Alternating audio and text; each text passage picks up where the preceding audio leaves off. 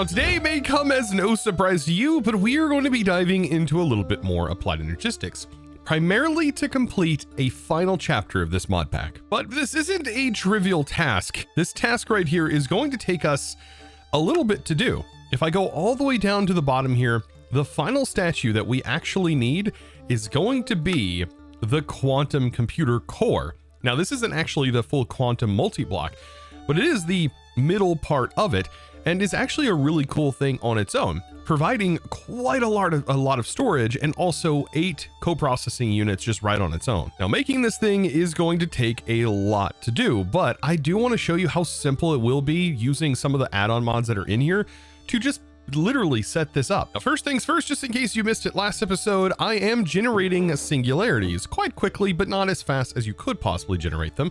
But this is going to be more than enough.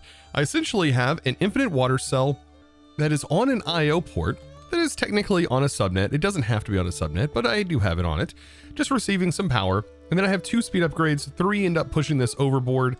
And then that is basically sending into a storage bus. So it's dumping the drive into whatever is connected to the storage bus. And in this case, it's a condenser.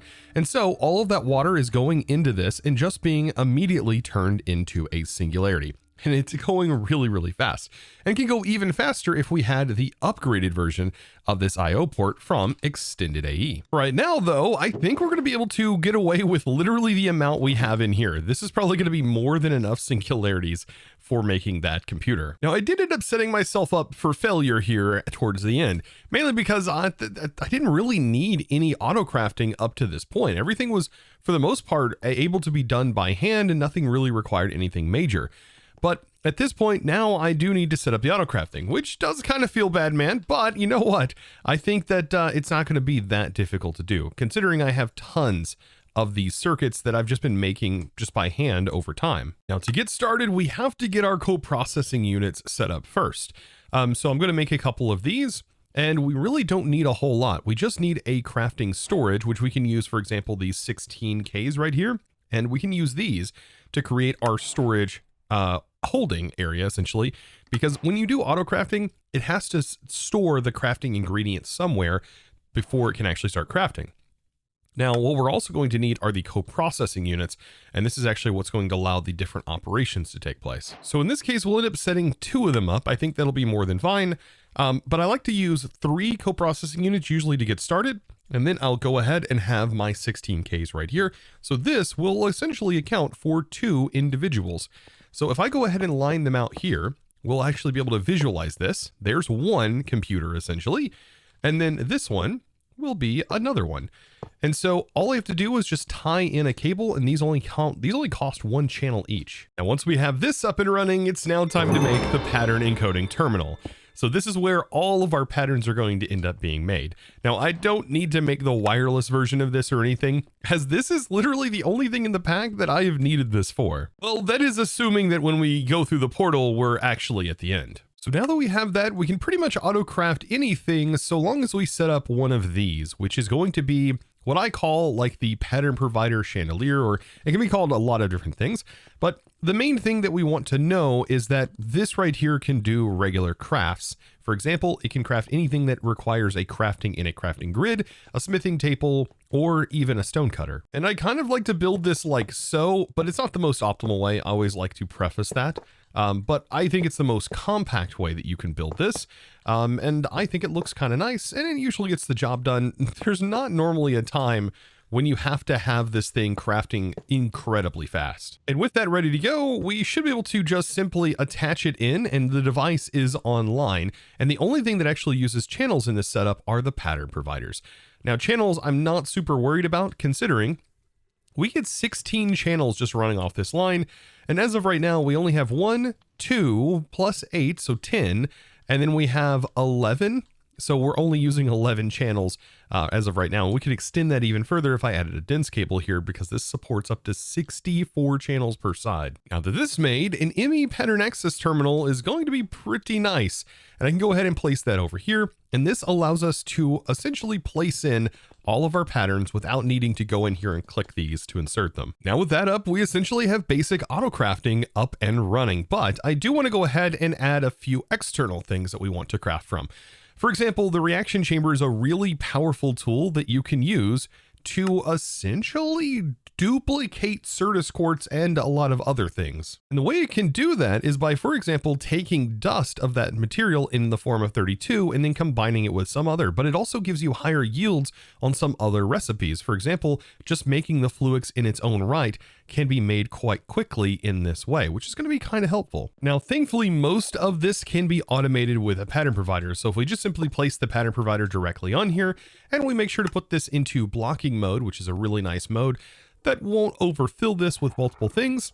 And then we set this to auto export and tell it, hey, make sure you auto export up into the top here. Once we have that set, all you have to do is place the patterns in and it should auto send water and everything. Speaking of water, I can go ahead and pull out my infinity cell here, and let's go ahead and add the infinity cell for water in here because a lot of recipes are going to use this. Now, when making patterns, one of the first patterns we should make is probably blank patterns. I do need to make a pattern first before we can even make our first blank pattern, but now that I can make patterns, it's definitely time to go ahead and craft them. And then we also want to set this as another pattern as well. So once I have all of those, that's where I can just go ahead and place them inside of our molecular symbol array. And we are ready to craft more patterns, just like this. And it's going to be pretty quick. There we go. We already have more patterns ready to rock and roll. And now with this setup, I should be able to do recipes like this right here. For example, making Fluix crystals on demand. Notice it is going to cost a little bit of water to do this, and that's why we have that blocking mode on, so that way it only sends one recipe at a time. So now if I need to make more Fluix, just to sort of test, we'll send this in. We should see the ingredients go in here. It take a moment because we don't have acceleration cards in here yet. But as soon as it's done, it immediately sends the product out. And then you don't even get to see it happening, but a new set was immediately thrown back in. Now, I think the big issue we are going to experience is primarily crafting circuits. So there is a way that we can make auto crafting circuits a lot faster than just using base inscribers. And that is going to involve using the crystal assembler and circuit slicer that was added via extended AE. So to make these though, they do have their own little progression where we need intro. And to be able to get intro, it doesn't quite make it super clear right at the start just by looking at recipes. But we do need to make these intro crystals. And hey, look, we can now hit W here and it tells you a little bit about how to make these. So we need to get ourselves an intro seed.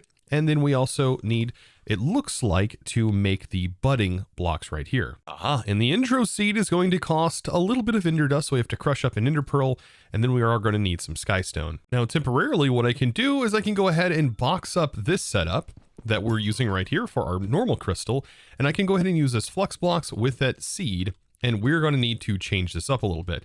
Now, inside of here, if we go to extended, that is where we're going to need to drag the intro. Let's see, the intro crystal over to here. And then same on the other side. What I'll do is I'll just simply have the intro crystal go over here. And I'll turn this off for right now, which I did have just pumping in all of the dust essentially to make a bunch of silicon. Anyways, let's go ahead and place this in now. And then we should be able to right click this and that is going to grow up. Unfortunately though, every time this is harvested or every time this grows, there's a chance for this to actually drop in quality.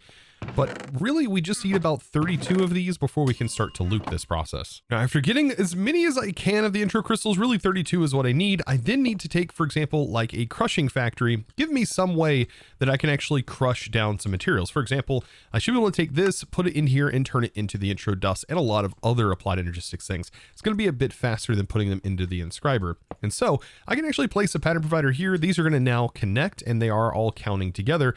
But you can run into a problem with these pattern providers where they can accidentally end up sending into each other. So this is where we're probably going to want a wrench from Applied Energistics. Just a simple wrench is going to get this done. And we just need to rotate this until the arrow is facing down into the machine. And so with it facing down the machine, that is where this will actually output. Now, unfortunately, though, I do believe when it is facing down, it will disconnect it. So you are going to need some power given to these machines, because it's not going to just send channels directly into this machine, I don't believe. But this will let us do things like this, for example, where we need to make a Fluix dust. Bam, now we can make it. And same goes for the intro. With the little help of the configuration menu here, we can clear this entire thing and then make sure the top is the input and also output and auto eject is on. And then the crusher is ready to go. Now here's where things get interesting, right? Because if I want to duplicate more intro, which is something that is definitely going to be needed, I think, in the future, We can make it with this recipe here. It does require a little bit of water, but also requires the intro dust, which we have the ability to make. Let's also make some more patterns real quick.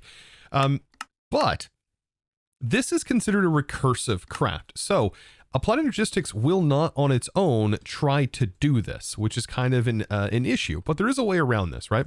So if I have these intro crystals in here and I go ahead and I want to make more, we'll find out that, well, that's just not going to work. It's going to tell me, hey, it's missing, even though it does have the ability to make them, it's not going to let me do this. Like I said, there is a way around this, and that is by using the requester. This is pretty interesting, actually. Let's go ahead and put the requester over here so it's connected to a separate line. But yes, the requester is kind of interesting that it can kind of keep these in stock. But what you're going to need to do is you're going to need to keep the intro dust as well as the intro crystals in stock. So let me kind of show you here. If I go ahead and toggle these off, I think I can set the ingredient. Oh, I may not be able to actually. Let's see. I might actually have to have at least one. So let's go ahead and get that made. There we go. So yeah, let's go ahead and see. Also, let me just double check here. That is auto outputting, right? Yes. Okay. I was just had a double check, but this, we can go ahead and place this in here and then place this in. And then what we want to do is we want to set our amounts. For example, let's just say keep 512 in stock, and same for here, keep 512 in stock. And we're only going to do a batch size of, let's say, 32 at a time. And then same here, 32 at a time, or sorry, this needs to be 512. And this will be 32. And that way the batches will be kept 32 at a time. And what it's going to do is this should be able to send the craft, right? So long as we have the ingredients in, it's going to then send the batches, and this allows you to bypass that recursive craft limitation. And so after a short period of time, what we should notice is this actually going down, but it should be going back up. Notice that went from 40 something to 77 now. And so this will constantly keep these in stock. So now with this processing up, it's starting to now build up some of the intro dust here. We can actually dive into these machines, because what we're going to need for this is the extended machine frames. So let's take a look at those frames. I think I have them on autocraft now. Yes. And the primary things we need to make are just going to require 2 of them. And it is so quick to make this, primarily like thanks to the reaction chamber. So now with the extended machine frame, we can make a crystal assembler. And this is what gets us started, really gets us started within the extended AE mod. And it's going to allow us to craft the things that are going to allow us to craft the circuits much faster than any other method. So now that we have this, let's go ahead and get a pattern provider, and we'll place the assembler right here and just make sure that this is auto outputting to this side, and make sure auto export is turned on, right? And making sure, like I said, that's set there. So perfect. We have our pattern provider. We also need to make sure this is wrenched and correctly facing down in here, because we're probably going to add multiple machines underneath these. Now, most of our patterns are going to be done by hand, but yes, I'm going to make sure this is also set to blocking mode. Makes it a little bit easier on the assembler to get things done. But yeah, we have a couple of things that we need to make by hand, and that's going to be the circuit slicer, which is next, which does require all of these, and also a new sort of processor, right? We have to make this thing, the concurrent processor. And thankfully I don't have to go out and find another meteor. We can actually dupe these processors by just using iron. So iron blocks allow you to dupe the processors themselves, and we are going to need a few duplicates of these. So let's go ahead and first make the concurrent, and that's going to look like this, I believe. Now, this is where I said this has to require power. So I guess I can go ahead and grab another gate. We can place that there. Make sure it's rotated correctly. There we go. Now it has enough power, and bam, that is now done. So we should have a new processor from Extended AE in here. Perfect. And now it's just basically time for us to craft all of these together and make ourselves a circuit slicer, which is going to allow us to make circuits incredibly fast by using blocks. And so I think it's just 8 engineering processors, a stone cutter. We're going to need a logic, a calculation, an engineering, a silicon, and I also believe a concurrent press. And also we need a machine frame. And then once we have all of that, we are on track to being able to make this with ease. And just like this assembler, we can just place this down just like so. And yes, I think on this one though, it is best to have this rotated and then place the power on the side Maybe it actually can't go. Oh yeah, okay, interesting. So it looks like it can't go on that side. We have to put it here. Nice, let's place that there. Wait, that is so confusing. It only wants to go on this side. Well, I guess that works. There we go. If I place the machine down in a different direction, I was able to place this on the front. Interesting. Okay, so we just want this to auto output to the top, and then we're gonna need another pattern provider. And this is how quick, by the way, you can just make a pattern provider now that we have a little bit of autocrafting. And yeah, this will go right here, wrench it, perfect, face down. And yeah, this will automatically connect because they are touching each other through the block. This is another one that blocking mode isn't going to be super important for, I don't think. And now we build the patterns. Yes, this is where it's going to really kick off because we are going to need to craft the 256K drives, which means we are going to need every circuit ready to go. And the primary one basically being this, but we also need to make all of these circuits as well. So it is going to be a lot of silicon, I think, for this. But instead of this recipe, we do this recipe, which is the block form, producing 9 at a time. Same for the silicon. We essentially do 9 at a time. Now, I do need to make sure that I am using the appropriate ones. So let's actually see here for the silicon. This has to be whatever this actually produces. So this is the one from Extended AE. So that's the one I want to craft, and make sure we have that stored in here because that's what the patterns will prioritize first, is the ones that you actually already have in your system. So there we go. That should then pull that out, and that's going to have to craft those blocks. Same with the gold. I think I'll end up setting up patterns for the gold blocks too. But of course, not just gold, right? Because we need to do it for diamonds, and we also need to do it for the Certus, which will end up being Certus blocks. Now be careful when building out the actual processors. Make sure you're doing this recipe here that does 4 at a time. This is the important one, because if you mess up and you do the wrong one, you'll end up making the whole system kind of get stuck. And ask me how I know. Yeah. Now, while I'm setting up the recipes here, I am going to need to use a fluid storage cell, and we're going to actually have to use a cell workbench. This is going to allow us to set a very specific fluid that we're going to need to autocraft down the road for the quantum to be able to make the actual quantum processors. To do this, we need quantum alloy, and well, the process of making quantum alloy requires us to have quantum infusion, this fluid right here, and we have to store it somewhere. So yeah, this is not going to be too difficult to make. Like I said, we just have to have a cell workbench, and this is a very important thing within AE. Looks like there's also a portable version of it. I'm not super worried about that though. This can be placed anywhere, and what I can do is take my actual fluid cell, which I do have a pattern for. Let's go ahead and craft one. So cell, fluid cell, perfect. Let's make one. Oh, that's right. I just made all of the components for this. So I do need to go ahead and inside, there we go. Inside of here, I'm losing my mind. Inside of this, place all of these individual components in here, and then I can craft one up. So let's grab a fluid cell for right now. Perfect. And I just need to place it in here, and that particular quantum fluid is what I need to store. So let's see if I can find something that uses that. And then take this right here and then set this fluid over to the side, and then I can drag this fluid in, and that is going to lock this cell to only ever accepting that fluid and giving the autocraft somewhere to store this. Now, something else I'm probably going to want is a tank that's essentially filled up here with lava. And I can just use a storage bus and just attach a cable to this and make sure to go ahead and click the button that says partition the storage. And this is going to lock it to only allowing lava in and out of here. I think though, at this point, we're just ready to start speeding things up. Now, something cool that you can do is you can go ahead and place all of your speed upgrades inside of an assembler, for example, like this, and then shift right click with a memory card. And this will allow you to simply paste all of the speed upgrades into all of these, like just like so. It makes this a little bit faster to get all of your speed upgrades into your actual assembler. So I think it's now time to test. Can I go ahead and craft a 256, right? We need at least 3 256, and then we also need this spatial storage, which is its own thing. This is actually really easy to make, but let's try to craft 3 of the 256. Okay, so it's only going to use 4,000 bytes, which is not too bad. We have 16 per crafting. And if I go ahead and start that craft, we can start to actually see the crafting operations and how they're running down. And yeah, I think this has even sent over some new things to be processed up. It just happens so fast.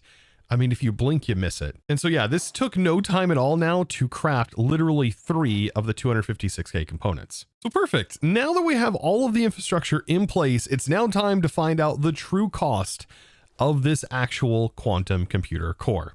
And this thing is going to be a little bit expensive. So we can see right here just alone, actually, I need to make this component, but it does look like we also need vibrant quartz glass somewhere in here, and we are missing a little bit more Certus quartz. Thankfully, though, that'll be easily solvable here soon. But for the most part, we have the ability to craft this whole thing. We are just missing a little bit of the silicon, which I do have automating right now. And we do need a few more singularities. And so I think I now have everything needed to get this set up. It's just going to be a matter of not all crafting it at once, I would say. I think we're going to have to take turns because I only use 16Ks here. I could upgrade them, I guess. We're only going to need about 50,000 or 40,000, I think, worth of storage. But as of right now, we have plenty of singularities. I just pulled out an entire stack out of here. And I think it's time to put our water back in and, well, get this bad boy crafted up. And so when I request 1 quantum, let's see, do we have all the ingredients? We definitely do. Okay, and so just to kind of put this in perspective, it's going to cost a lot of silicon because all of this silicon has to be processed up. But everything else should be smooth sailing. Now, like I said, this is 45,000 bytes. So I could get away with actually replacing this with a 64K. So let's just take that 164K that we have and let's actually just upgrade one of those. I just have to grab out one of the crafting units here. There we go. And then combine that with the 64K. Perfect. And then just swap it out. So we'll place that in. That's now ready to go. And now when we go to the quantum computer, this can all be crafted from one central unit. And then we just sit here and we wait because it's going to take a little bit of time to process this up. But I don't fear that it's going to take all that much time at all, believe it or not. Like as soon as these basic materials get processed up, it'll all get housed in the storage. And then we just need to wait for the power. Yeah, I might have to add better gates or something here. Let's see, can I slap on that? That goes a lot faster. There we go. I just slapped on one of our blazing gates. And now that's going to pull out some power. And yeah, it's definitely going quicker. Now, it's really hard to fully judge how long this is actually going to take, but it is estimating somewhere along the lines of 27 minutes. I think it'll be a little bit quicker once it's finished with all the like advanced processing components. But yeah, somewhere in this time frame for sure. And this is why I said just to be hit with this at the end of the pack is like a major ouch. It's like, wow, okay.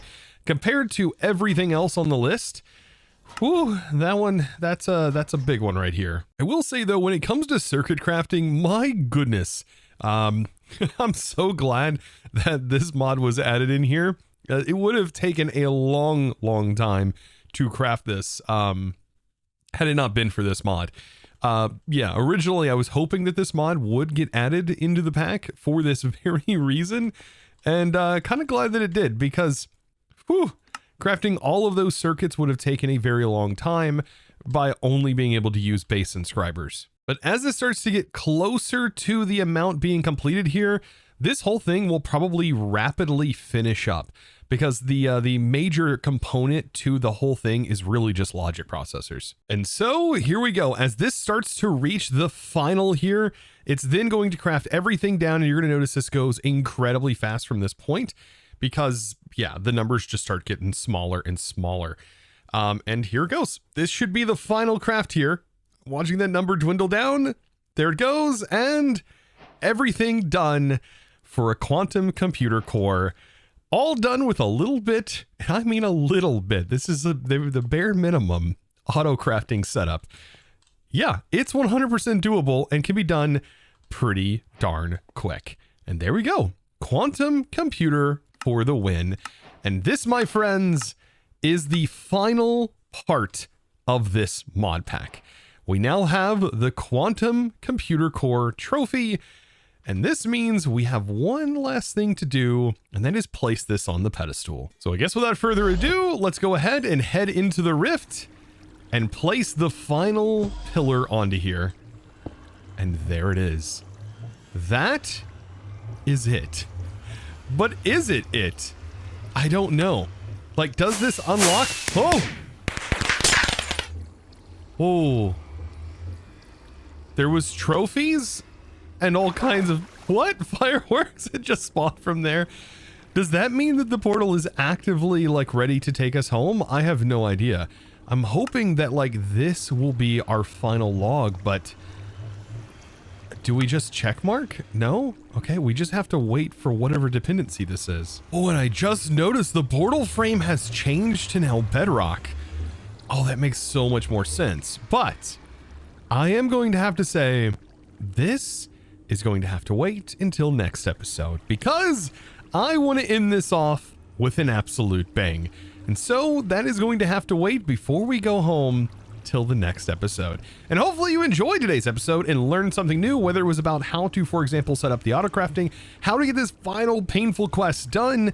And I hope you guys are able to successfully complete it yourself thanks to this video. And guys, be sure to click that subscribe button if you haven't already, and well, give this video a huge thumbs up. And I look forward to seeing you in the next one. And by the way, I also want to thank the amazing supporter of today's episode. That amazing thanks is going to go out to Deadly Pants. Thank you so much for your amazing support in choosing to support me over on the Discord by becoming a Discord premium member and supporting me in one of the best ways possible. And absolutely going above and beyond, you absolute boss. Thank you so very much. And guys, I don't know if I want to leave this place yet. But it's going to have to happen. And I look forward to joining you on that adventure next episode. And as always, thanks for watching.